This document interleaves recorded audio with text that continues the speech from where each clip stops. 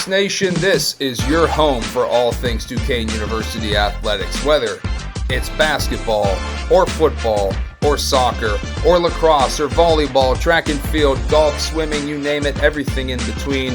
If it's happening at UPMC Cooper Fieldhouse, Arthur J. Rooney Athletic Field, or anywhere our Dukes play, you're going to hear about it here. Hello and welcome, Dukes fans. You are looking at co-producer Rudy Longarini inside the worldwide headquarters and studios of All Dukes Sports Talk. I'm Bob Healy III, joined as always by Nick Frost, and we are uniting Dukes Nation for a conversation on all things Duquesne University athletics. So without further ado, let's get to it, and let's go Dukes! Hey Dukes Nation, welcome back to All Dukes Sports Talk. Bob Healy III joins you again with Nick Frost from our Pittsburgh, Pennsylvania locations. And then Rudy Longarini, our man out in California at our headquarters, joins us as well, of course. So it hasn't been the greatest week in Duquesne athletics, at least according to the basketball records, because the Duquesne men dropped a game, close one on the road at St. Joe's in overtime, 97-90. That was back on January 7th. And we're recording this on Sunday, January 11th. We'll probably get this out to you, of course, sometime this week. The women lost a couple of games as well, including one at home against St. Bonaventure, 46-38. And then today on the road at VCU, a sort of come-from-ahead loss. The ladies dropped to 0-5 in the A-10. And the final score, it isn't loading. I think my computer itself didn't like the result. So I can't find it. 61-54, excuse me. Actually, guys, I was flipping back and forth between NFL playoffs and the VCU game today. It was a lot of good television on. But listen, that bad news aside, we have a very special guest that we're dying to get to hear from. It's his first time coming on the show. He tells us he's watched the show, which we're very flattered by. And this is his turn to, talk to Duquesne sports fans in an intimate setting. So without further ado, gives us great pleasure to welcome Duquesne Athletics Hall of Famer and maybe someone on your all-time Duquesne sports Mount Rushmore, Coach Keith Dambrot. Coach, welcome. Hi, guys. How are you? A lot better after seeing your face, Coach. Coach, we're Jonesed, man. We're Jonesed to have you on. You can see at least behind me, right? Like I got a nice collection of stuff, including this, front page of the local newspaper framed and on the wall, and then a hat that's signed by a lot of guys on your team. I mean, I'm a diehard, and I know I speak for a lot of us when I never thought I'd see something like that, right, happen while being a Duquesne basketball fan. I never thought I'd get to see a banner like that. I've written about, as you can also see, a book about our storied past, and the hope was by calling it The Next Chapter and putting your face on the cover, you can kind of rewrite history, which you did. And you made a lot of this possible. I'm sure you'll give a lot of credit to others, Coach, but you had to have taken some incredible personal satisfaction for bringing the Duquesne Dukes back to prominence nationally during your 7 years here. Well, it was a hard 7 years, to say the least. My wife getting the breast cancer, my dad passing away during the 7 years, being out of the arena for 2 years, and then probably the worst year of my career, the 6-24 years. So it certainly wasn't easy, but, it was gratifying because that's really why I came. I got tired of hearing my dad complain about how bad Duquesne was and how great they used to be. So I said, well, at this point in my career, the risk reward looks pretty good. Let's give it a fling. Rudy, you were a fan, a student when the team was good, and so I only grew up with the team struggling and having losing seasons until Ron Everhart and then getting very close. But Rudy, you were on campus when Duquesne basketball, was a giant national brand. So you can speak to this more than Nick and I could about what that meant to the older alumni. Well, as you said, I was a freshman. Norm Nixon was a senior and got drafted by the NBA, the Lakers, your love. Of course, LeBron too. But that's right, buddy. And then, of course, I went through the struggles with Porter and the really non-caring, in my opinion, from the head on down basically that we got basically, short end of the stick as far as coach selections and so on and so forth. And I can't tell you, what, you know, I hate to say this, Keith, bringing the Lord's name in vain or whatever, but Uh-oh, here he dude, goes. you're our savior. You're our savior, dude. All right. And, and so I wanted to thank you for that. For well, can you imagine the years of frustration that I experienced? The shooting, the Everhart getting fired. I mean, and when we were starting to have some success, and then I just wanted to state to Keith, I wanted to thank him, and then Hey Rudy, and can then I? also You made me think of a question because you might, and I'll come back. I want to come back to you, but you made me. all right, You're all right. triggering something for me because Keith, hearing all these things, that had to be something that was on your mind when you accepted the offer, from Nick Harper and from Dave Harper, excuse me, Dave Harper and Ken Gormley, because you saw that this was, a job that hadn't been well sought after, in the years before you came here. Like I'm sure you had some sort of apprehension, right? Well, I'm not some stranger to Duquesne basketball, so I know the history and, even going way back to my dad, not to diverge too much, but, Duty Moore left and went to LaSalle. And I think part of that was because he didn't feel like he was, getting what he needed to win. And then, Red Manning came and did a marvelous job, with limited resources and still had a great team. And then, look, the last 9 coaches before me got fired. And I can tell you this, you can't really blame the coach all the time. A lot of it had to be systemic. There wasn't enough resources in the program, especially now when you look at how college basketball is. If you don't have money, you can't win. It doesn't matter how good the coach is because you're not going to get good players without NIL money. But to say the least, there were some good coaches before me. You can go back to Saddlein and, Mike Rice and Ronnie Everhart, who's a good friend of mine. So, my thing was, I think I probably wasn't the first choice for the job because I probably cost a little bit more than some of the other coaches because I wasn't going to leave my hometown where I had pretty good success, just to come. So they probably had some other guys like Dane Fife and James Whitford and guys like that turned the job down before me. And probably because of their age, they just didn't feel like they could win at Duquesne. And, I got a pretty good commitment from, Dave Harper and Ken Gormley that they really cared about winning. And I think that was the key for me. I felt like if they cared about winning and they put enough money into the program, that we could compete in that league. And I think partially because I felt like I could go some places that they haven't been able to go recruiting wise. The East is a little harder now, to go into Philly and places like that. And back in the day, they were getting New Yorkers from when my dad was playing and, they could go into New York City, but I could go into Ohio and Michigan, which I felt like was a good area for Duquesne because there really isn't a school at that level other than Dayton and Xavier.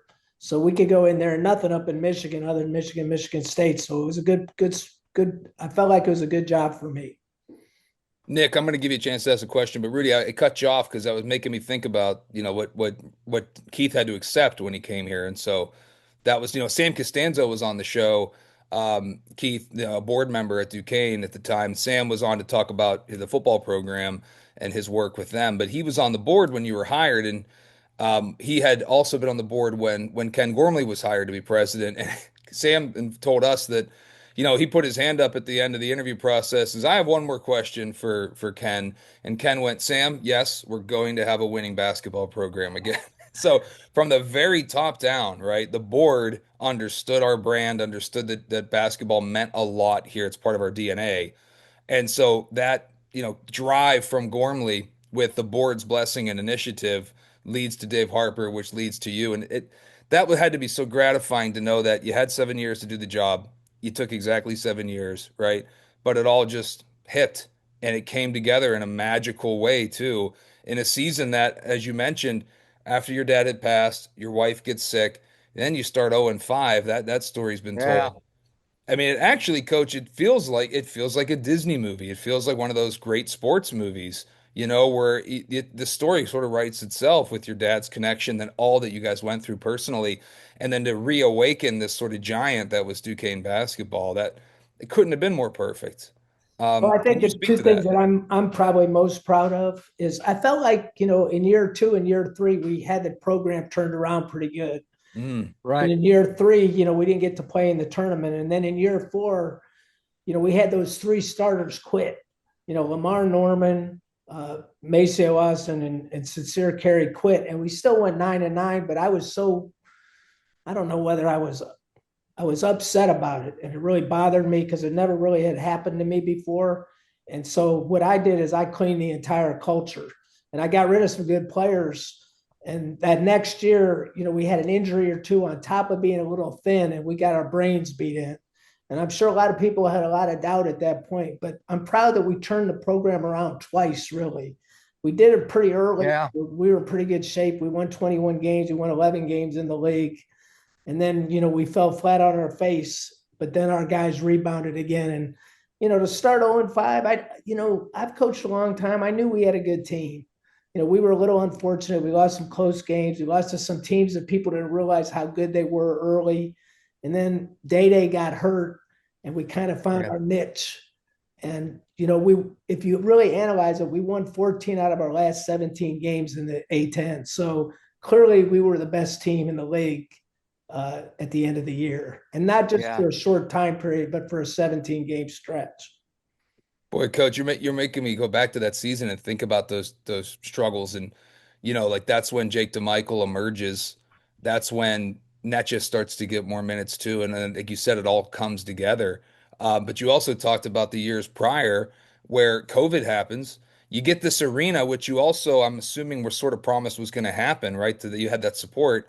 So we've got you. Yeah. Like I mentioned your introductory press conference. It was about um, arena, right? Conference, coach, or at least maybe that was Harper was talking about that, and that's the three that came together. But then when the arena was being built, COVID happened, and you guys basically were on the road for 2.5 years, which to me is like part of this story. The first hour of this movie that might get written one day. The challenges were overwhelming. So, I mean, kudos to you guys. And it really just made it that much sweeter, I think. Rudy, what were you going to finish saying? I'm sorry that I jumped in on you before. Well, well, I just wanted to state that I don't know if Keith will remember this, but Keith, do you remember meeting me? I remember This guy chased you down. I'm not too good with names. He ran after All you right, and all chased you right, down in your first all right. year. All right. Go ahead, Rudy. I left California and I kind of went into semi-retirement when I was 65. And I decided to take a trip to Pittsburgh to visit Duquesne. And it wasn't during the season. It wasn't during the basketball season, et cetera, et cetera. But so I go to the bookstore to buy this and other sporting stuff. And so I'm leaving the parking lot, and it's the last day before I get to fly back to California. And I see Keith leaving the Palumbo Center, crossing the street to go to the parking lot. I freaked out. I could not believe that you were just right there. And I pulled out from the parking lot, pulled over to the side, and I said, Keith, man, thank you for accepting the job. Thank you for everything that you've done. And I gave you my card, which was then Video Max Productions. Okay. I'm a video producer for 40 years now. And I told him, can I come talk to you the next day? And you said, yeah, okay. So I troop in there. Everybody's looking at me inside the Palumbo Center. They seen the old logos that I had. They hadn't seen somebody my age, traipsing around. They're asking me, who are you? What do you want? Or whatever. I think I ran into Harper. So So I This just guy said, wandered in off the street from Fifth Avenue. Yeah. So I wandered off the street. So I come in, and Keith decided to meet me. So I'm sitting inside of his office. By the way, dude, Keith, I have to say that I can't believe that you were in such a modest little cubicle as a desk for being our head coach. Okay. That was the first thing that struck me. Is that I'm sitting waiting there. I see on your desk, okay, a plan on a legal pad of that you drew up a plan or something of a play. And it looks like you're passing the ball to the interior and you're passing out. Okay. And so then you came in, and then I tried to pitch you at the time to try to see how we could do streaming video. And I said, let's produce a show where we follow a couple of your players through the season, and then post it on YouTube like a reality show. Good idea. It hasn't happened yet, but that was the impetus. Yeah. So by the way, that guy wasn't just some crazy homeless guy. That was a real guy. Here he is. What were you saying, Keith? Here I am, dude. Yeah. 10 years, what is it? 9 years? 9 years later, dude. Unbelievable. And got on video. And so, we should have done that video. We weren't too smart. I know, right? So this is Rudy's pitch for you to pass along to Drew to do it again. Yeah, so now you got to tell Drew, right? The idea we want a reality show starring the team's players. And think about the NIL money now. You were way ahead of your time, Rudy. This could have been sponsored now. Yeah. By the way, anyway, I just wanted to say that, and he kind of dismissed me, but then I noticed like a month after I'd been to California, and I basically told him, look, you need to hire a full-time video person. A YouTube channel is free, okay? You don't have to do anything. All you have to do is produce a video and put it up on there, okay? And right after I returned to California, about a month later, I see that Duquesne was open to hiring a video producer, okay? And I don't know if I was the one that made you do that, but I kind of think that I was. But anyway, so he wants royalties. So is what we're getting at. This was our way of cornering you. He wants paid off. Yeah. No, that's awesome. Nick, I saw when Coach was talking about those years that the team was close. I saw your eyes light up because you were a big fan, even bigger back then. We were talking about the Michael Hughes years. I was still on campus then. So those were really big years. And Michael Hughes, I mean, he was the first big. I mean, Coach, you know the history, but we had some very non-athletic bigs prior to you coming here, and I remember that was a big emphasis point that you made in your speeches that first off season was everybody's going small. You want to go the reverse and go big. And that kind of has worked out. We've had more talented bigs since you came here than we've had in a long time. So I wanted to thank you for that. And I also wanted to ask how many events that you talked to during that first off season, because I remember I saw it at an Allegheny County Bar Association event with a bunch of lawyers. So I'd imagine there was quite a few professional associations you spoke to kind of start the fundraising efforts. I'm guessing that was part of the motivation there. Well, the good thing about Duquesne is Dave Harper's a terrific fundraiser, and Ken Gormley's really good too. So I basically just tried to concentrate on the meat and potatoes. I probably did way more in Akron as far as fundraising than I did in Pittsburgh, because basically I grew up in Akron. So I went to kindergarten with this guy, and I went to school with him and played Little League baseball with that guy. So I kind of stayed out of those guys' way. And I can tell you this, they gave us the resources to win. There's no question about that. And, it was trying on them as well. When we when we hit those rough moments, like people weren't very happy, and you find out who your friends were. But I really was proud that we stayed the course. And Yeah. like I said, I feel like even now Duquesne's in a good spot. Like they've had their rough moments this year, but they're certainly competitive and can beat anybody in that league. And so I think you'll see them play well in the second half of the season. But I knew we had a pretty good team, and it was just a matter of getting them to play together. And we had some really talented guys, and then we had some really good plug guys. You got to have those glue guys to win. Yeah. And you go back to like what you said with Mike Hughes and Marcus Weathers and Sincere Carey and those guys. That was a good team. That team won more regular season games than our team that went to the tournament. They just didn't get to play in the tournament. So it would have been interesting to see how those guys would have played. But it was a tribute to everybody that we recovered from our bad moment and really came back to be a pretty good team. Yeah, that was a bubble Absolutely. team. Weathers and Hughes, before that season abruptly ended due to COVID. It was such a bummer. And then obviously with there was games, and you guys were basically playing on the road. You didn't have no home practice facility either. Just a ton of resolve, which I think adds to eventually what happened, in 2024. Hey, Coach, do you want to this is your chance if you want to do your John Calipari moment and talk about the state of college basketball, or just maybe answer this question.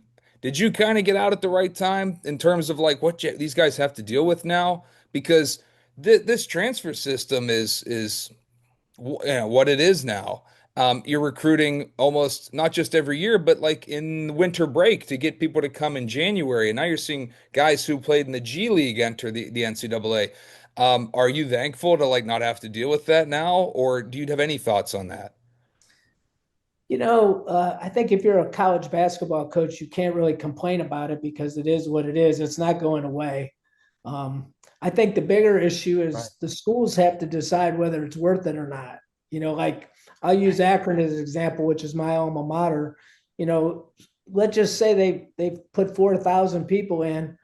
Is it worth it to them to pay their coach $1 million or 900,000 or 800,000 and then, spend $1.5 million or $2 million on NIL money when enrollment's dropping all over the country? That becomes I don't sound like a basketball coach now, but those are issues for a lot of schools. Dayton's putting 13,000 in every night, VCU's selling out, and places like that. They can make money, but most of these schools can't. And the biggest thing is I miss the relationship side of it, and I miss the coaching and the competition, but I really don't miss a lot of the rest. And I think a lot of the older coaches are kind of like that. Speaking of rest, are you getting a chance to do any actual rest? I mean, now that you're retired, we do see us sometimes at the coop, but what else are you doing to stay busy? How's your wife? All that kind of stuff. What's life like now for you? Well, we stay in Florida in the winter, so Good for you. we live about 15 minutes from Florida Gulf Coast, and Pat Chambers is the coach. So I go over and watch them practice about once a week, and then I go to a game probably once a week, and uh, and then I got to see St. Bonaventure and those teams play in Fort Myers, over Thanksgiving. So Yeah. I get to quite a few games and watch quite. Fort I've watched Myers, more games this that's where year I'm than last from. year. Again, Fort Myers, I spent 20 years in Fort Myers, Florida. oh, did you? I interviewed Bobby Knight, Dick Vitale. So, yeah. So, yeah, Fort Myers. How close are you to Fort Myers? Oh, we're right in Fort How Myers. We're close do you about live? 15 minutes from the airport. Oh, He's in you live he's, in Fort Myers? he's Yeah, in and your then old we live in house, Rudy. Akron in the summer. He's in your old house. Unbelievable. I'm in your old house. Yeah. Yeah. Oh, Um, so yeah. I coach, lived on Fort Myers Beach, all over. Anyway, go ahead. I'm no, I was sorry. gonna say, coach, who is when you watch basketball though, so I was a sports info director for a while, and then a journalist, and now I moonlight doing those things, and so I'm often in the press box still, and then in the classroom I teach students how to do that work. But I find sometimes when I go to games and I'm just sitting in the stands cheering, I almost don't know what to do sometimes. There's very few teams that I can still sit in the stands and like openly cheer, like almost like I never worked for the Pirates. never covered them full time. So that's like my first love. When you're a fan now and you're just watching games, I mean, what kind of an adjustment is that like for you? You spend so much of your life professionally in this game. That transition's got to be so tough, like it is even for ex-athletes as an ex-coach. What's that like? Well, I tend to watch games where my guys are coaching or playing. So, I'll watch like Shaka Smart at Marquette, who was with me at Akron, uh, uh, Lamont Paris at South Carolina, and of course Drew's games, Duquesne's games I watch mostly, and then I watch the Akron games because Terry Wygand's there, and Coach Gross and I are friends, and then I watch Kent State because I'm friends with him, and just whenever I have a friend, I'll go watch them. And so the best thing for me is, it's not as stressful, even though I want my friends to do well, but it's still, those wins and losses aren't going by my name. So it's a little bit less stressful. Do you find that they're calling for advice, or do you even reach out if you notice something? Like you're watching tape or you're watching a game. Who makes that call? Yeah, like if you or them? Yeah, like Drew, for instance. I mean, I got to think that he's maybe your number one. He's your guy that He's your calls phone. you the Yeah, he's your most phone or a friend. whatever. Yeah, like the millionaire lifeline, I would imagine. Well, we left to go to Fort Myers on November 3rd, but I purposely not come to many games. And when I go to the game, I sit upstairs because I think that's the worst thing a coach can do is, kind of hover over the next coach that comes in. So mostly I let Drew call me, because again, you don't want to be overbearing, and I'm not at practice every day too. So it's very difficult to give people advice when you're not at practice. You see a lot in the game. People really don't know unless you're in practice. And if people ask, it's like I try to call guys like Shaka Smart and Jeff Bowles at Ohio U if they're struggling, because that's really when they need you. They don't really need you when things are going well. So I try to just say, hey, if there's ever anything I can do for you, or just hang in there, things will get better, stay the course, and that's really what I try to do to the guys that I've been with. I have two specific questions, but I'm sort of monopolizing this. Like, Nick, did you want to jump in on Coach? Anything burning? Well, I wanted to ask, you mentioned a lot of former coaches and assistant coaches. Any players that you've been following? Has Donna convinced you to take a European trip to go see some former players up there? No, she's just glad that I'm around a little bit more than I used to be. So, we've got that grandbaby too. So we spent a lot of time with her when we're up in Ohio. So, I try to follow all the guys that have played for me, the Kareem Roziers of the world, Chabi, and then all the guys at Duquesne, clearly and obviously. So I try to watch them and just see how they're doing. And, and then some of the pro guys as well. I've got quite a few guys still playing professionally. And, I just thankful that most of them are doing well. That's the one thing I'm proud of also, is a lot of the guys that have played for us have done well professionally. And I think it's mostly because they played so hard for us that it's been an easy adjustment for them in Europe. That was actually going to be one of my questions about guys LeBron's still playing. You got a guy you coached in high school who's still playing. Do you follow the Lakers? That's the one NBA team I really follow. Yeah, shoot, I follow LeBron. Clearly I wouldn't have sat where I sat if it wasn't for him and Drew and those guys. So, LeBron's a freak of nature, and, people kind of wrote him off and said he's washed up, but I wouldn't be so sure. Mm-hmm. I don't want to break any rules. I don't know. I got a question. Oh, go ahead. All right. So, interesting pipeline that you sort of tapped into was these Eastern European players, particularly Nexus and the recent one that we got, Milosevic. And I've come to the opinion that these European players, like Nexus, are basically, like professionals in Europe. Okay, and by the time they come here, they got a little bit more experience than a typical freshman would have, that first year player that we would have. Is that right?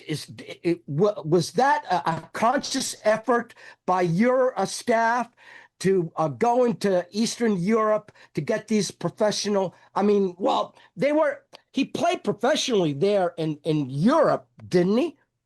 Yeah, they all play professionally. They all play for professional clubs. They get really good coaching. Hey, Netchus is a really good player. He's a guy that if the confidence light ever turns on, he can play almost anywhere in the country. He's a great complementary player. He's a hard worker. He spends a lot of time in the gym. And to answer your question, there's a lot of guys like that. I think Matus was a similar type of player, just the confidence light never really went on for him. And, that's the interesting thing about sports is that belief structure. Who has that belief structure? And I think there's only a few guys that do, like I think when Day missed the jump shot, he kind of thought the basket was moving. It wasn't really him. And that's kind of the attitude you have to have. Yeah, right on. Absolutely. I know. I'm so glad you mentioned the confidence factor with Netchus because I speak for Rudy and Nick when we want him to shoot more.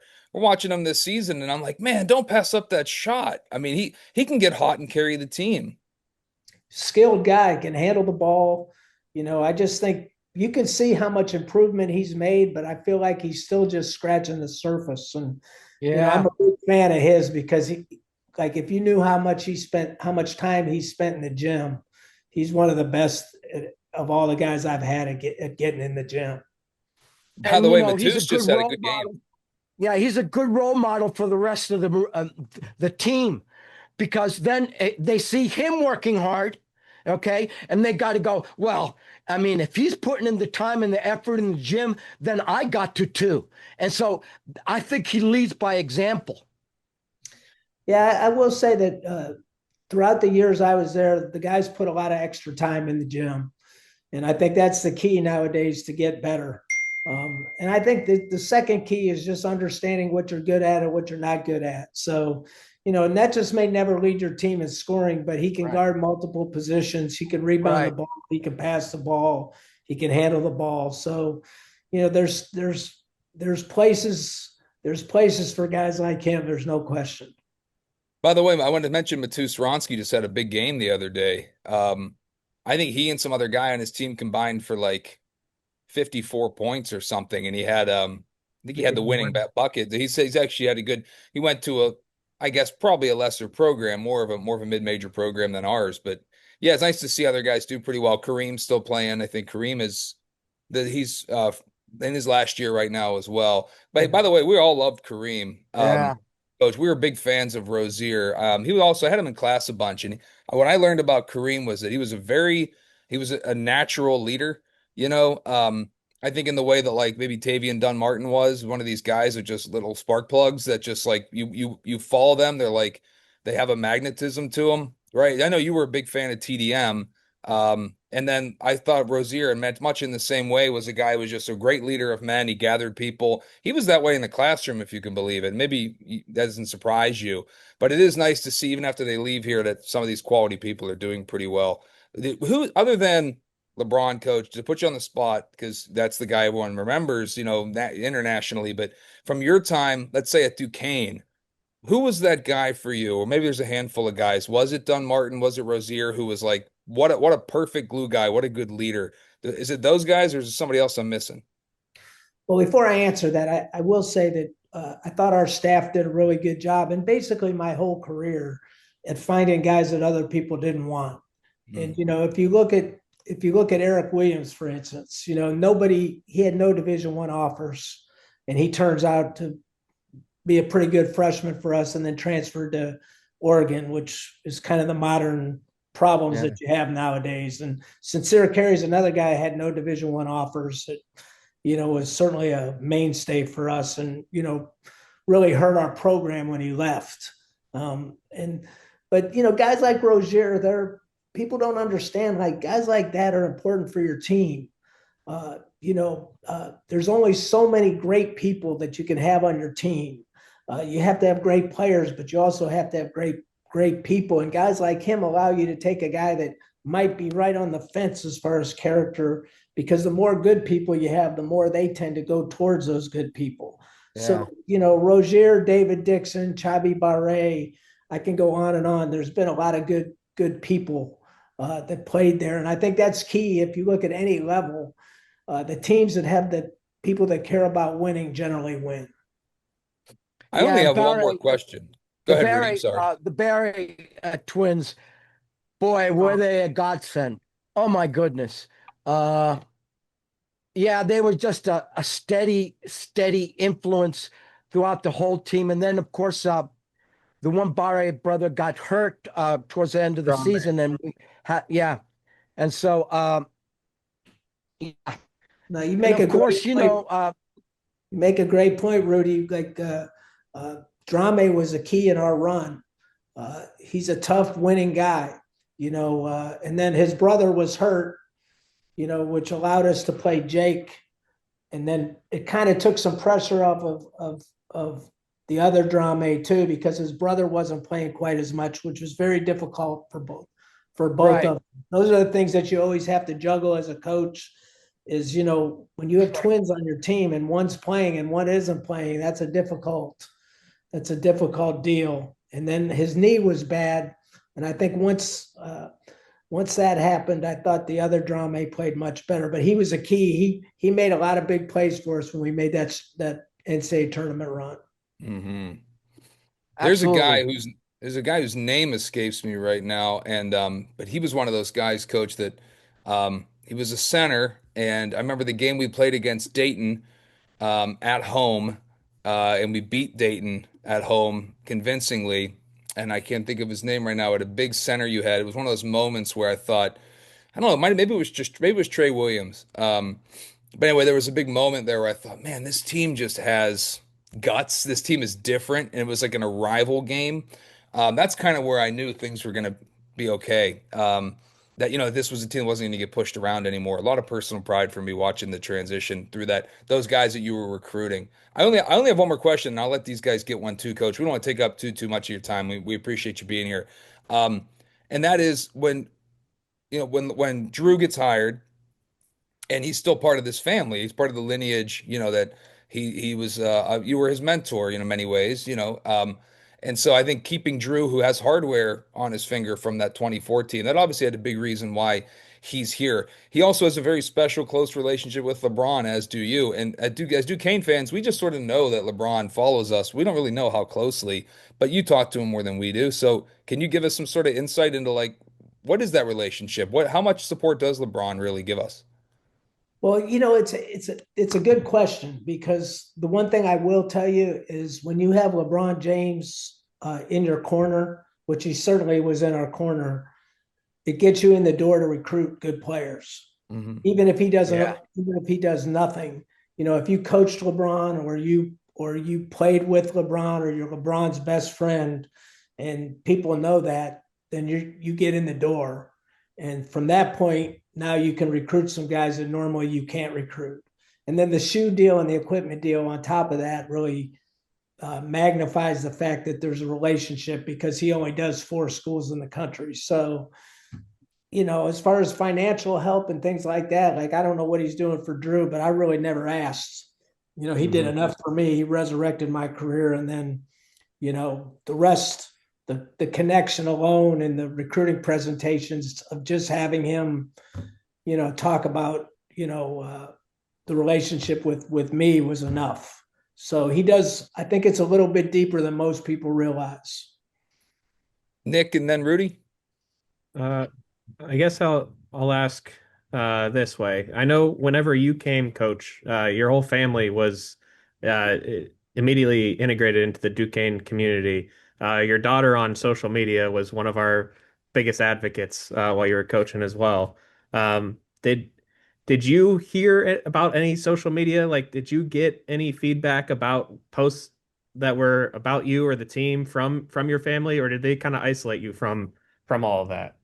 Well, my daughter was probably the one most involved, but only when she got really ticked off when somebody said something rotten about me. But, that's part of the business, it's not like being a surgeon where they kind of do their job and nobody really knows what they're doing. Everybody has an opinion about sports.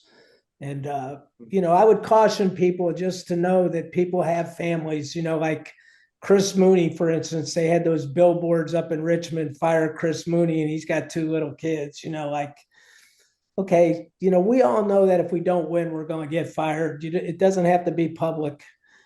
Just things like that that people should be a little bit wary of. I don't think as a coach you worry about it, but you still have little kids and families that are affected by what people say. And social media, if you analyze social media, and I really don't do much in social media, if anything, but even the NBA players are affected by what's said about them. I mean, they're human beings. So, um, but my daughter she's a little feisty. My son, not as much because he was worried about his own career. So he probably wasn't as involved. And my wife pretty much was smart enough to stay away from it. Speaking of feisty, Rudy, you get the last question for Coach. Well, I don't know. So what was the turning point? If there was a turning point in that magical season that you had with in 2024, what would you say that it was? I mean, if you had to pick one out of, because I tend to think, by the way, I attended the game in Reno when we played Nevada this year. Okay. And I think that after getting really hammered by Boise State, and then to come on to really a hostile environment in Nevada, in Reno, and we took them. We were up by 2 points with 1:40 left after Dixon had made a steal in midcourt. Meanwhile, I'm screaming my lungs out. I'm the only Dukes fan within a million miles, and people are looking at me and I'm thinking I'm crazy. But I tend to think that game showed me that we had the chops to be good defensively, which I had my doubts before that.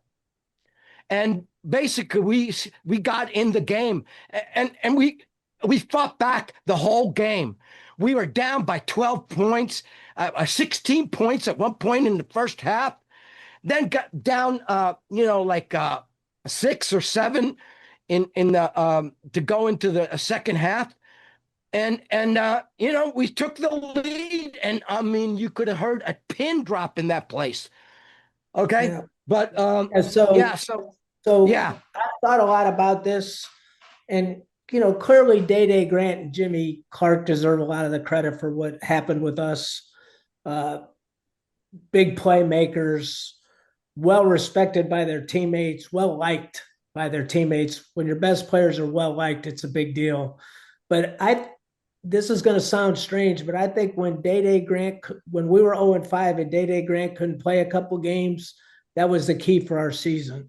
And the reason I say that is I knew at the beginning of the year that Jake DiMichele was a good player. In my heart, I thought he was a good player, but I had some older guys that I had to give first look to, like Hassan Drame, and so we went that direction. But when Day got hurt and I played Jake, that changed the dynamic of our team.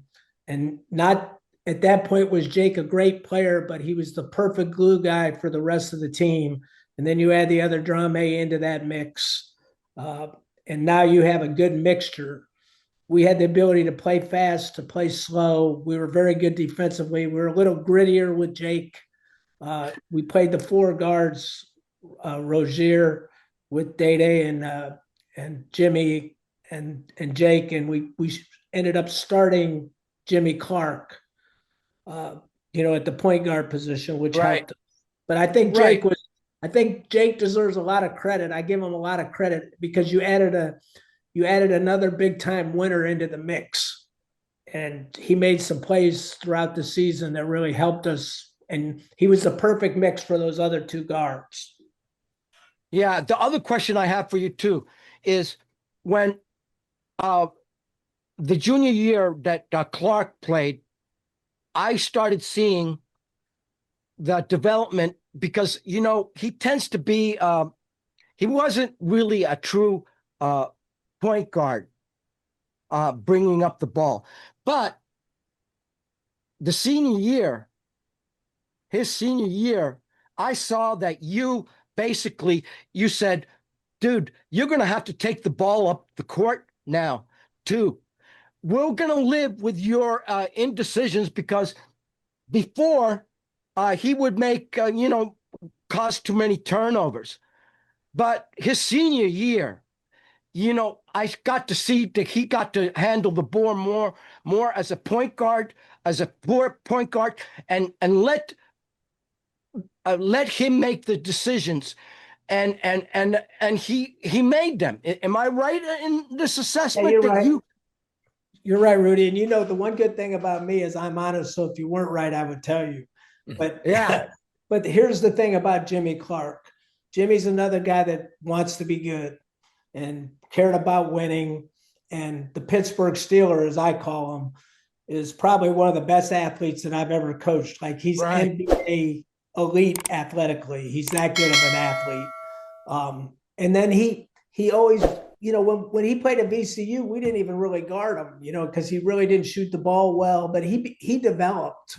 And that's one thing I can tell you about great athletes that want to be good. They can develop and become better. And he developed, and he's still developing. I mean, he went from the worst team in Israel to playing in Maccabi, who's the best team that's in the EuroLeague. So Jimmy's a terrific player. And when you combine his ability with Day-Day's ability, and when we got hard pressure, we played Kareem. That's all. Because we did, Jimmy's going to throw it around a little bit, and you have to live with something, That's what you had to live with. Right. Exactly. You got to live with it. He's going to make some plays, and his errors aren't going to be because he's not trying. It's just, he's just a little loose. That's the best way to describe Jimmy. And even defensively, he's a little loose. He's going to go for steals, and sometimes he's going to drive you nuts because he's going to gamble at the wrong time. But he's going to make some steals now, and he's going to make some plays because he's fearless. And and I think that was a big key for us, is just kind of living with some of the stuff that he was going to do, and it was worth it for us. It's awesome stuff, Coach. Thanks for sharing all that. It's a real fun trip down memory lane. We'll never forget it. And I know as a Duquesne person through and through, this is where I work. This is where, and I'm lucky enough to teach in my alma mater. When you got thrown out of that game against Penn State at PPG Paints Arena, and Tavian had to hold you back, I can tell you, man, I was ready to run through a wall for you. So, and I think a lot of us were. That was one of the, we're not going to get pushed around, and that was and Pittsburgh loved that. That was all Pittsburgh right there. I know you know the city very well and intimately too. So, yeah, that spoke to a lot of us here. We'll never forget it. When the movie gets made, please keep me in mind as a consultant. All right, I'm ready to help. I'll run through that wall. Let me tell you this. I really appreciate the people of Pittsburgh. Obviously my mother was from Pittsburgh, and it's good that the first champion, Duquesne, became part of the city of champions, because there's been great tradition in that city, and it's perfect for me because I just respect the hard work of the people of Pittsburgh, and have a lot of respect for everybody there. And it was good. I'm glad I made the transition to Duquesne. It probably would have been a little easier on me the other way, but it challenged me and it made me better. And I'm thankful for all the people that stood behind us. Yeah, my man. I'm sure your dad's smiling down on it, brother. Yeah. Nick, do you have a final question? By the way, I cut you off. I didn't want to do that. Come on, Nick. We got you, buddy. Come on. We all asked a final one, and Rudy, you can cut this if it's too controversial. But Coach, any insight into the city game stoppage that you can give? Yeah. You know what? I got. It's funny how life is, but I got to like Jeff Capel. I really like Jeff, and I understand exactly why we haven't played the city game. I think, as it goes forward, I think you'll see the city game again. I don't see any reason why now. That the problem now is that teams are trying to get in the NCAA tournament. If coaches don't get to the NCAA tournament, they get fired. So the city game becomes a difficult deal for, Pitt at that point. Coach, will you have an eye on the Steeler game Monday, or are you a Browns fan? We never really addressed that.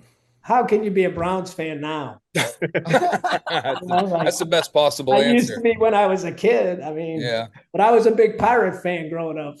Yes, Oh sir. yeah, me too. Yeah, I know you're a ball player. Yeah. I played the game as long as I could till my bicep ripped off the bone swinging and chasing the slider. That's my first love too. Coach, thanks a ton. We'll send you the link. I'm glad to hear it sounds like Donna's doing great. Congrats on the grandbaby. Enjoy your time. You earned it, brother. And you're welcome here anytime. I appreciate you guys. Take care of yourself now. Thanks, Nice to Coach. see you, Coach. Bye bye. See you, Bye. buddy. Hey, that was a nice thrill, huh? Couldn't Good ask for a stuff. better guest. Yeah, right. Good stuff. So, what we should, I hope this beats nothing against Brent. Brent, we love you. This needs to beat your episode. We got to get, this is going to get the most views. I think it's going to go Keith, Brent the Hitman, and then Megan McConnell. That's my prediction anyway. But boy, that was a real thrill. You know, Keith means a lot to us as Duquesne lifers, so looking forward to sharing this with the people who do follow our show, and if this is your first ever episode, which I'm sure for many of you it is, we talk about Duquesne athletics pretty much every week, even in the off season, sort of in the summer, we do a few episodes. And so please hit subscribe. Um, it's a sports talk show. It's people sitting around talking about sports, and so certainly we talk about Duquesne a lot, but as you can tell, we'll certainly touch on other things if they come up. Duquesne's just our focus. So when you subscribe, share the video, and help us with the traffic because we love doing this for you and we love talking about this sort of stuff. Now, let's get to the negative stuff, right? And we don't want this episode to drag on too long, so this will be quicker than usual, guys. But tough loss in overtime at St. Joe's. I talked about this in the at the beginning of the show. The Dukes just couldn't close that one out. We've had some comebacks too this year, but that was a come from a head loss. I did watch that game, like I'm sure you guys did. That was a tough one. Losing by 7 in overtime, that margin of victory, not indicative of how much I thought we were in control of the game. We were down 6, at halftime, but then went ahead late. And if I'm going to the play-by-play here just to make sure that I have this correct. Yeah, the Dukes at one point, let's see, late in the second half. Yeah, so actually, oh, I beg your pardon, guys. That was actually closer than I thought. We actually had to tie that game on that three-pointer. So my mistake, but yeah, I still thought it was a game that we should have won. If I'm not mistaken, guys, we had the ball in our hands with a chance to win the game. We were up by 2 with 27 seconds left. And I know Jimmy missed a three-pointer at the buzzer, but we let up a jumper with 5 seconds left to tie the game. And so you always hate losing a game in overtime that you were ahead late in regulation. My biggest takeaway was the team just isn't closing out games in general. We're not on our details late. I know it sounds cliche, but that's just how it's been. And overtime was indicative of that too. Once we lost momentum too, I think we got mentally defeated. Shoulders come down. People start doubting themselves. 3-point field goal against us still remains to me a bit of a concern, right? That team made 31% of their threes, that you can live with that. But in general, we're not keeping up. We only made 26.5% of our threes. It's gotten a little bit better, I think, the perimeter defense, but it's remained a problem for me, Nick, kind of all season. Yeah, I still think that defensively as a whole, we're still a lot better than we were in the earlier part of the season. But yeah, it's not as good as it used to be under Keith Dambrot, especially with the perimeter. And we don't really have we don't with Terrence and Jimmy playing at the two of the guard spots for most of the game. Those guys aren't elite ball defenders by any stretch of the means. Yeah. They're more offensive than defensive. And I'm not saying that they're not there's no effort there because there is effort, but that's not their strength of their game. So that is going to be an area. But as long as we play good team defense, which I think we have been playing better, that's still a positive sign. I mean, I don't want to harp on one thing as the reason for the loss, but I also have to harp on the fact that we missed 2 free throws as well late in that game too. Yeah. So that, Yep. and I mean, they shot really well from the free throw line aside from that, but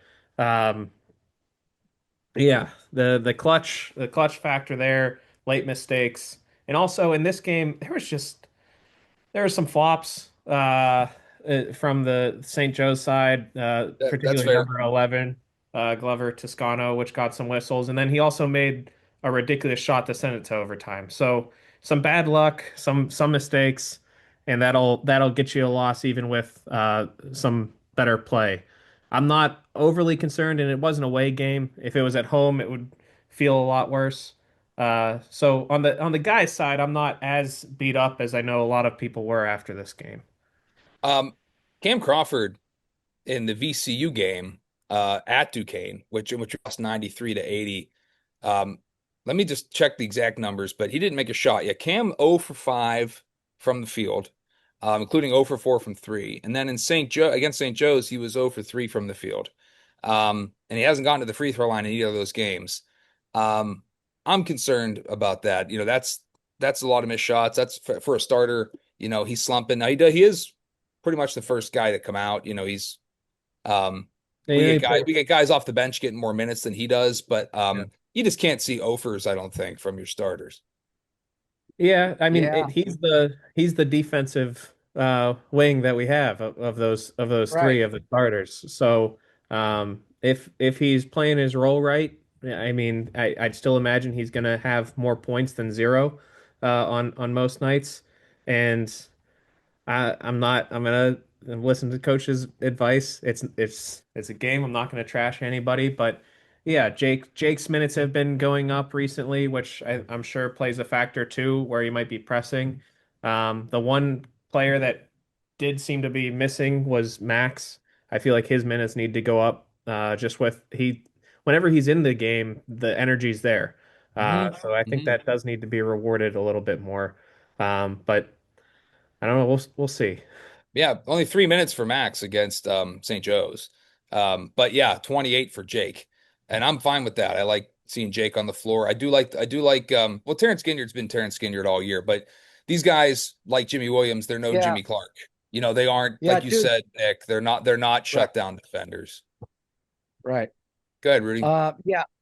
Well, it's a little double-edged sword kind of thing with Crawford in the sense that you know, uh, it's just his confidence is shot this year apparently for the 3-point shot, and he's not looking for a shot as much as he did last year. And that's because, obviously we got Ginyard and we got Williams.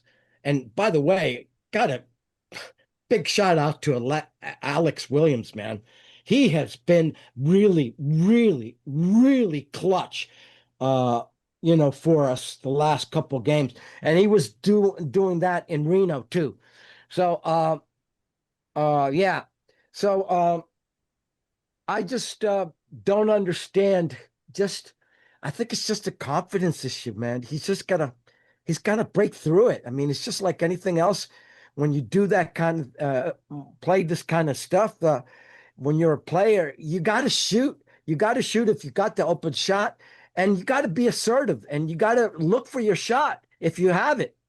And I just think he's lost some confidence. Well, the Dukes have a big test this coming Tuesday, January 13th. We'll get this episode up before that. But on Tuesday at 7 p.m. at the Coop, the Dukes welcome the Dayton Flyers. That's always a rivalry game, big game for us. Dayton travels very well, so it'd be nice to get a good turnout from the Dukes, right? The students are back on campus after winter break, so be there, support the team. As Keith said, 0-5 start led to a conference championship. Not saying that's going to happen this year, but the season's far from over. The Dukes stand at 9-7 and 1-2 in the conference. There is a lot of basketball left to be played. It'd be a hell of a step in the right direction to show up nice against Dayton. And frankly, the Yeah, program needs you there. The Coop was built for you, the students, right? I mean, this is the point. Pack the place, show up for your team, and I think it'll really help. Keith was real big on sending his team over to thank the student section after every game. That was always really cool. The players know when you're there. The players can feel that energy. So we'll see how they look Tuesday. Saturday, the Dukes go to Fordham. So that's on January 17th, and that's a 12:30 tip-off on USA Network. If you can't make it to the Dayton game, it's on ESPN Plus. The game on Saturday the 17th, of course, is in the Bronx. So maybe some Dukes fans out in New York will get to that one. Do you guys want to mention anything else about the men's side before I transition to the ladies? Um, no, just keep it steady. Don't overreact, fans. There's a lot of talent here. There's a lot of key players that if we just gel and take those next steps, we could still be a dangerous team this year. So the ladies have fell on hard times. I've been texting with Zach Weiss about this, and something I forgot to mention to Keith. I should ask Keith about what was his favorite Zach Weiss outfit. We just well, next time we get Keith on the show. My apologies to Zach. I was thinking I should have asked him that, but got caught up in a bunch of other things. I know that those two had a nice rapport. But anyway, Zach and I text sometimes during the women's games, and he's starting to understand. He's saying like, I don't know, it might be time to push the panic button on this team or not. It's going to be interesting to see how they come out of this. The loss today was a real tough one. So the Dukes are now, I believe, 7-9 overall, 0-5 in the conference. This was a big come from ahead loss at VCU today, Sunday, January 11th. I'm actually going to bring up the live stats for this because I'm on the Duquesne website and the box score is not yet online. But this was a game that the Dukes Alexis Bordas went off early. They started to defend her better as the game went on. I had this one on while I was watching the NFL playoffs too, so I was coming back and forth. But yeah, Alexis with let me see the total points she had for the game 25. She made 7 3-pointers. But it's to me, guys, it's a one woman team right now. Like that's the problem. I mean, Alexis is the only one scoring. I don't know what happened to Mackenzie Blackford. She's to me, guys, she's just been cold. They need her. She's supposed to have been their top 3-point shooter. That's turned into be Alexis, and that's fine. It'd be nice to have more than one though. Bordas 3 steals, played 34 minutes. Made those 7 3-pointers. To me, she needs more support. I know this was a bit of a transition year, but this would have been one you would have loved to have had. VCU to me is not a great team this season. Nick, what did you see today? Yeah, Gabby Grantham Medley came back as a positive thing to note. I mean, 3 points in 16 minutes. So if she's able to fully get herself back in the rotation, that would be helpful. Kelly actually started. I know Dan's kind of more so just figuring out the best group to be on the floor at the same time. But it was nice to see her out there as a starter. Although she only played 8 minutes. I I mean, the real panic button moment was the St. Bonaventure game where we just could not do anything offensively. Oy, oy. This this game against VCU, we were shooting about 50% around sometime in the third quarter, and then the fourth quarter happened. We did not make any shot that we could throw up, ending up at 33% field goal percentage, which is just crazy. Um, I don't know. I don't have answers. I really don't. You Dan talking about the doesn't. Bonaventure game? Bonaventure game was 23.6 is what we made Yeah, well, from I, the I field. I switched to the VCU there Oh, I'm because sorry. no, it's okay. I needed to communicate that better. Yeah, halfway through or even 3 quarters of the way through the third quarter of this VCU game, it looked like they were finally having a decent shooting night again, and then it fell apart. I don't. I know Dan doesn't really have answers for it either, as shown in the post-game press conferences. If anybody's watched those, Mhm. I the St. Louis game, it was a physicality thing. The Bonaventure game, I I don't really have answers as to how the offense didn't do anything. And then it seemed like I don't know. I don't know if it's the team not knowing how to play within itself. I I don't have much to really insight here. The turnovers were a little better in this VCU game with only 18 as opposed to the north of 20 that we've been having. And Dan mentioned before the St. Bonaventure game that the practices were going well at emphasizing possession and not having those turnovers anymore. And then it didn't turn out in the game to go the way that practice had been going. So uh, really the focal point shouldn't necessarily be on wins or losses for the regular season games at this point. It just needs to be on player development, that growth, team unity. I had this same talk after going 0-5 during the men's season run, where the results don't matter as much right now. It's just getting ready for the tournament. So on one hand, there's a little bit of a relief if you look at it that way. On the other hand, every player needs to look within themselves and figure out what's going on and how they can contribute more to have better results. And if you're Blackford, do you just keep shooting? Okay, so 1 of 10 You from got. three today. Okay, I one of mean, 10 from three against Bonaventure, 1 of 9. if they're open shots, yes, but I don't I don't know. Yeah, It's her shot selection has not been that great this year. I don't know. Hmm. Yeah. I think part of the Uh, issue is not having as a stretch four option too, so you're able to key in on the guards and not necessarily care about the forwards that are out there in the Hmm. corner. So that's probably playing a factor, but at the same time, we looked a lot better earlier on in this season by attacking through the bigs. I don't know. I don't know why that's not an option now. Um, so hopefully that turns around as well. I don't hate Raven Washington's game. Fouled Right out now, today with 12 minutes. yeah, 5 fouls in 12 minutes. Yeah. Harriet Ford though is clearly the to me like the best center option that they've got. I think we've all become kind of fans of Harriet Ford. I do. I mean, she doesn't finish very well all the time, and she also has been turning the ball over too much. yeah. 4 turnovers against Bonaventure. I didn't check to see how many today, but she turns the ball over too much. 2 more today. Um, like you mentioned, Nick, like there's a decent, the five position's okay, but like, yeah, you said there's not really a four with flexibility to take some of that pressure off the arc, and that could just be what this is. I mean, I do have full faith in Dan. I worry, of course, as anyone would, that like this bad stretch and players having minutes diminished, like, do they leave, right? Does Raven Washington stick around next year knowing Harriet's here? That's just par for the course these days. You wonder, I'd hate to lose Raven, such great natural size, good bloodlines. Is it her cousin who is, do you guys know what I'm talking about? I Raven's got nothing cousin, on this one. Ralph Sampson, I believe. I'm gonna Oh, double really? check. Yeah, I believe Ralph Sampson is her cousin. And so I'm gonna double check that too. I mean, she's got some Yeah, ability, you related to know, Ralph Sampson. there. Yeah. Doesn't say She looks how, like but in terms of the body type too. It's interesting. I haven't even been bringing up the box scores to share with you guys because it's not that much fun. Usually we kind of I'd share the screen and show you guys some of the stuff, but it just hasn't been a lot positive basketball lately to talk about. But the women have a chance to maybe right the ship. There's like as you mentioned, Nick, it's the season's relatively young. Everybody gets in the tournament, the conference tournament that is. You don't want to have to do one of those play-in games, so to speak, if you want to have any kind of a shot. But I don't think any of us expected a team with no seniors to really, compete for a conference championship. But I do want to see progress. I think we will eventually see it. I do think that if they're going to hit bottom, right, then do it early. The Dukes return home January 14th. That's a Wednesday at 6 p.m. at the Coop. Hope to see you there against George Washington. If you can't be there, of course, that's on ESPN Plus.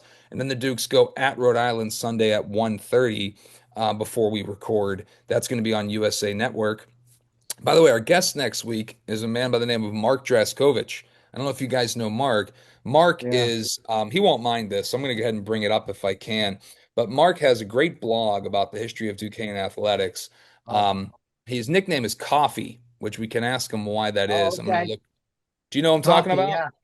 Well, yeah. Yeah. So, He's a contributor on the message board. By the way, I'm gonna have to mention something about the message board after the show. Okay, so stick around. oh, after we stop recording, no problem. Right.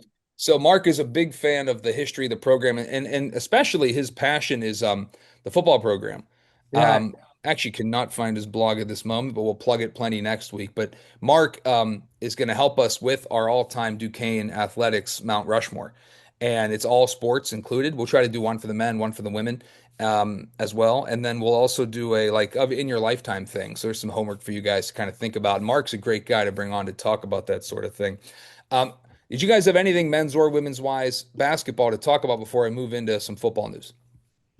just wanted to mention that, I mean, on the women's side, this could be the conference is also really deep this year. So there's going to be some challenging games. That Rhode Island game's not going to be easy. They upset Richmond earlier this year, and it might be a 2 or 3 bid A10 league on the women's side, which is a good sign for Duquesne's future if they are able to find this youth development this season and come back next year to contend in a conference that has built more of a reputation.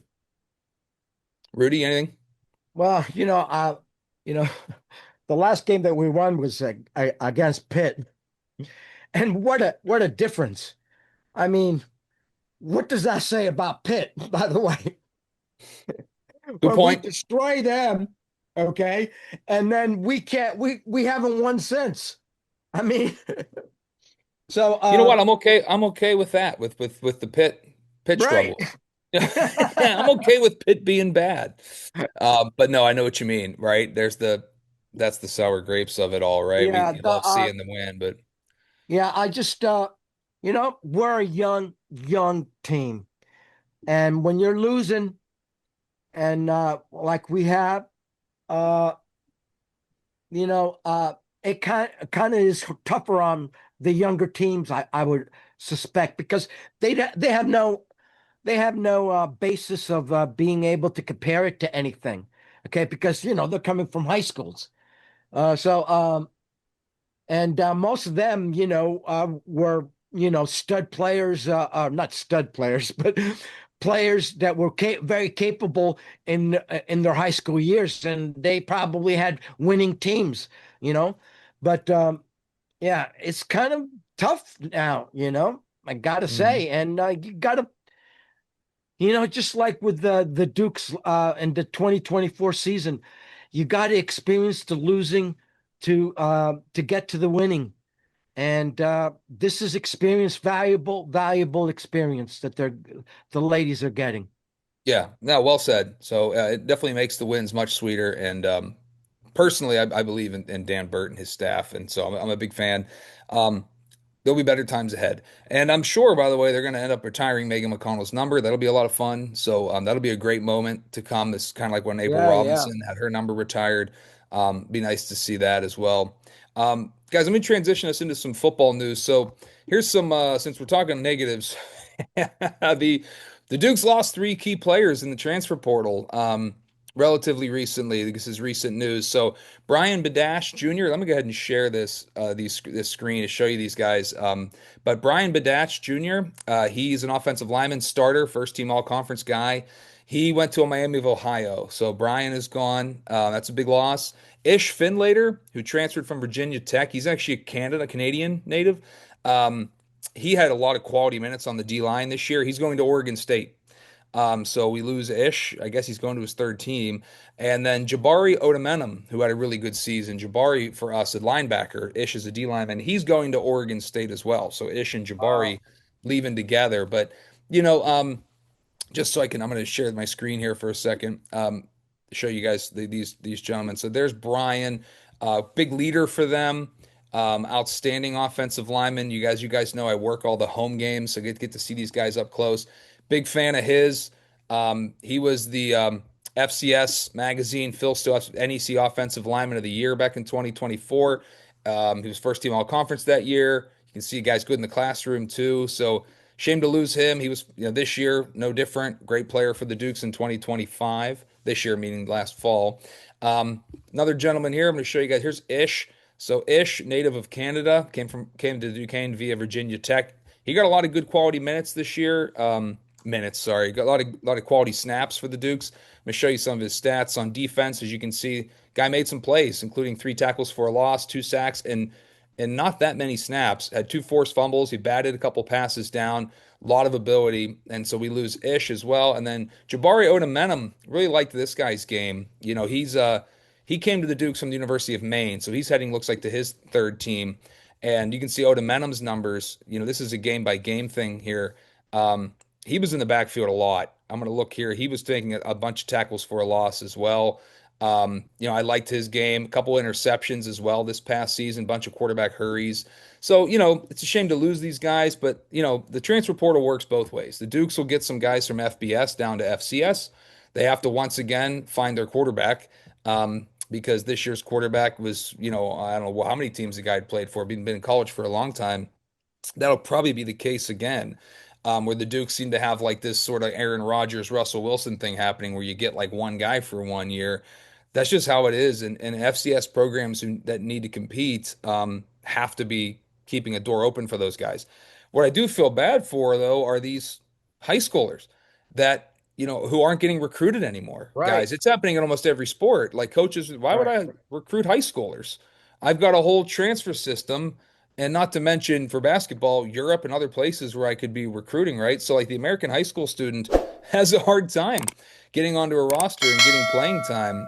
But Jerry Schmidt, John Rosado, and those guys, they end up doing it every year. They're always in the hunt for the conference championship. So I do have faith that they'll find their quarterback, and they'll find guys to fill these roles too. So, but worth mentioning that the Dukes had some real quality guys leave, and we'll have to keep an eye peeled on the guys coming in. So where I go for that news is the Duquesne football Instagram page, DUQFB.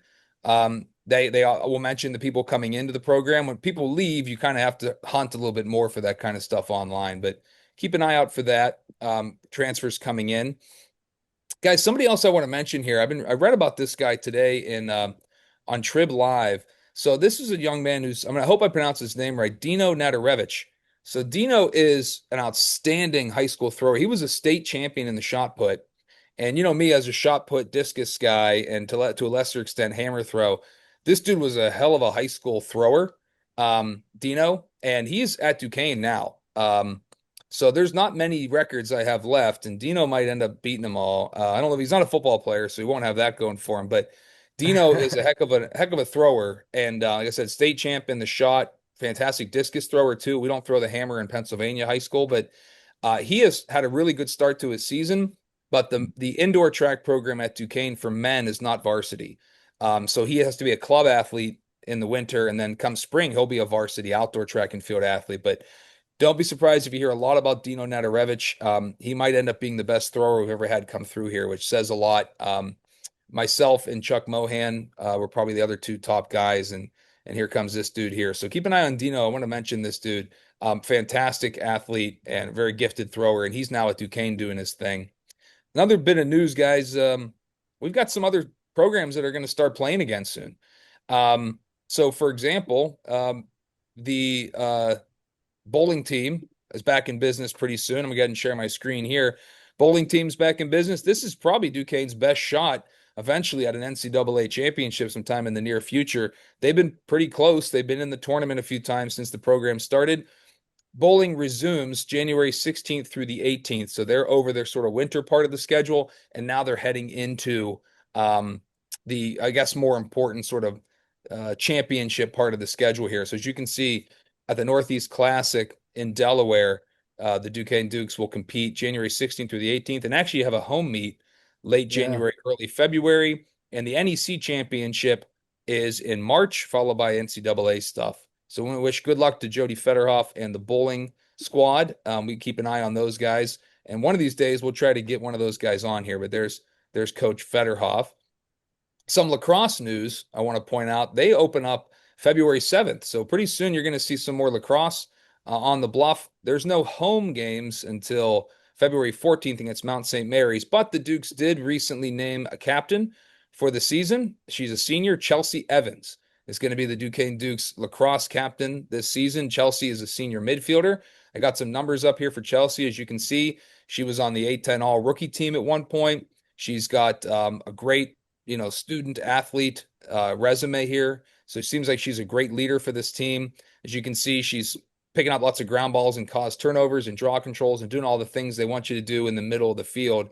The lacrosse team last year finished 5-10, including 2-8 in the conference, and missed the A10 playoffs. So hopefully that's a program on the rise. That program is being led by a relatively new coaching staff. Here's Tracy Coyne, Duquesne Dukes head coach. So Tracy has been here for about 4 or 5 seasons. Maybe this is now with a full recruiting opportunity. We're going to see the Duquesne lacrosse program turn a corner. But congratulations to Chelsea Evans, newly named lacrosse captain coming up for the 2026 season. And then I think next episode, guys, we can start to look at the acrobatics and tumbling team. That's a nationally competitive program, although they're not in the NCAA officially yet. But that was a lot of fun taking my girls to watch that last year. That's a really fun spectator sport to see live, and that's coming up again soon too. So plenty of good stuff is going to be on the Bluff in addition to basketball. But I know I speak for Nick and Rudy when I said we really hope to see you at the Coop. That place was built by you, for you, and makes a difference when you're there. Guys, anything we haven't touched on that you want to get to, or anything you want to add to? I'll go start with Rudy. Well, just the fans, God, guys, show up for this game against Dayton. I mean, you can't have the Dayton crowd, out attend us. I mean, Right on. really. And so, calling the student section out, man. We got, I don't know, man. Just so that's all I got to say. And the women, I mean, like I said, experience. This is valuable experience, and take it to heart, and go from there, and just play your heart out. Yeah, and I know Dan is going to get the best out of him. So that's just what we have to deal with. That's it. Nick. Final thought is also want to touch on swimming and diving team. They had I don't know what this is, my lack of knowledge. Yeah. And I'm not sure if that's like an official meet or not. Yeah, what it does, it counts against, like, I know this from track. So it just all the times count, right? So like let's say you hit some sort of qualifying time, you can count all that. It's a formal official meet, but all it is basically like a non-conference, one-on-one win-loss thing. But it doesn't count toward anybody's standings. There's not like an end of season, what have you. But all the times will count, all the performances count. All right. Well, it seemed like Coach Sheets was pretty happy with just getting out there and having the team compete. And it did look like we had a winner in the 150 freestyle. Sophomore Caitlin Connors, who I think we saw deliver some really impressive results last year when we were talking about the swimming and diving team. So exciting year. They're back into it, and we're all very staunch advocates of the swimming and diving team, thanked in part by Coach Sheets being gracious enough to send some shirts our way. Oh, heck yeah. Yeah, we'll keep an eye on swimming for sure, especially when they get closer to conference time. Good luck to Coach Sheets and his staff. And those guys will have some Hall of Fame news coming up too. They'll get to enjoy, and looking forward to finally announcing that officially what that class is. But just another hint for you, it's going to involve a little bit of swimming. That program will have the A10 championship meet February 18th through the 21st. And again, we get closer to that, we'll be sure to highlight that and all the individual performances and where people could be moving on to nationals and what have you. Guys, heck of a thrill talking to Coach Dambrot. That was my favorite episode so far, and we've been doing this for more than a year. And we've had some really good ones too. You guys know how much I love the football program and that history. Next week's going to be fun too. Mark is very well informed when it comes to like long-term Duquesne athletics history. So those who want to watch next week, remember, subscribe, like, and share. Next week's episode will be about a long history of this athletics department. And we're going to do a Duquesne Mount Rushmore. We'll do a men's one, a women's one. We'll also have like one that would just happen during each of our lifetimes. So we'll say, Rudy, since you've been a fan, who's on yours, Nick, myself, and then we'll also look all time too, and who should be those four. And we'll do it not the way that it's supposed. I know that the people are going to say, wait a minute, technically it's not supposed to be the four greatest. It's Washington stood for this and Lincoln stood for this. We're going to just say basically the four greatest, most influential. We'll do it the way that most everyone thinks of when they think Mount Rushmore. So looking forward to that. Gentlemen, well, thank you so much. Keith, thank you. And thank you, fans and listeners, as always, for tuning in. Until next time, shoo, shoo, rah, rah. Let's go, Dukes. Go, Dukes. Go, Dukes. Go, Dukes. Good job, fellas.